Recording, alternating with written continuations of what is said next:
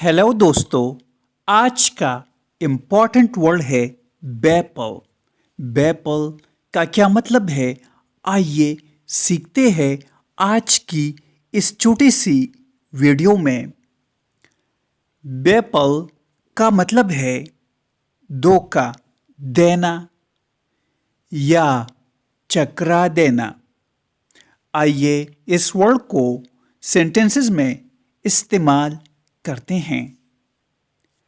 I am baffled why she hasn't called.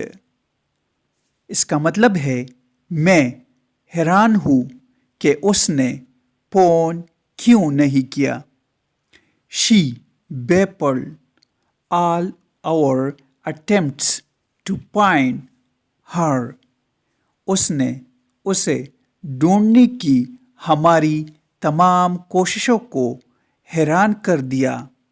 Viewers, video को like और share ज़रूर करें।